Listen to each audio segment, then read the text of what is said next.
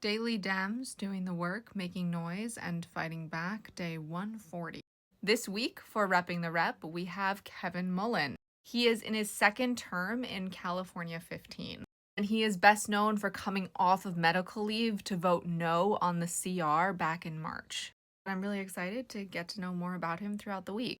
Yesterday, like many other representatives, he went to his local No Kings protest.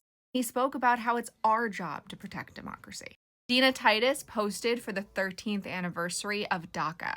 He said that dreamers are the backbone of our country, and when we get agenda-setting power again, we will do everything to protect them.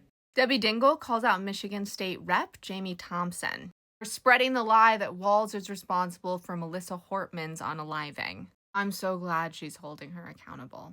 Gabe Amo and Emily Sykes wrote a letter to the NOAA administrator demanding that the $1 billion weather and climate disasters report be restored. This report ensures that we know how these natural disasters connect to each other, which is obviously something DT doesn't want us to know.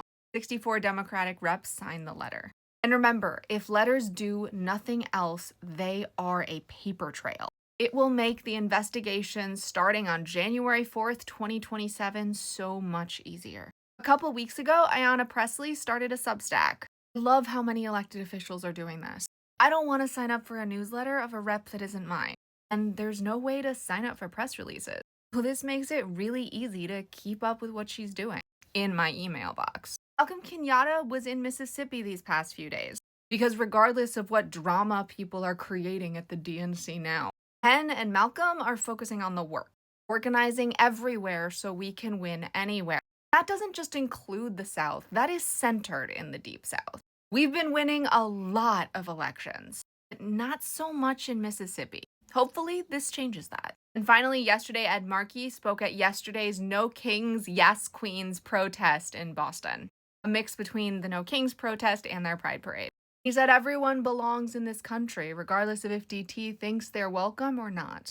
So those are just some of today's fighters. If you made it to the end of this post, comment with at least 7 words, and a flood.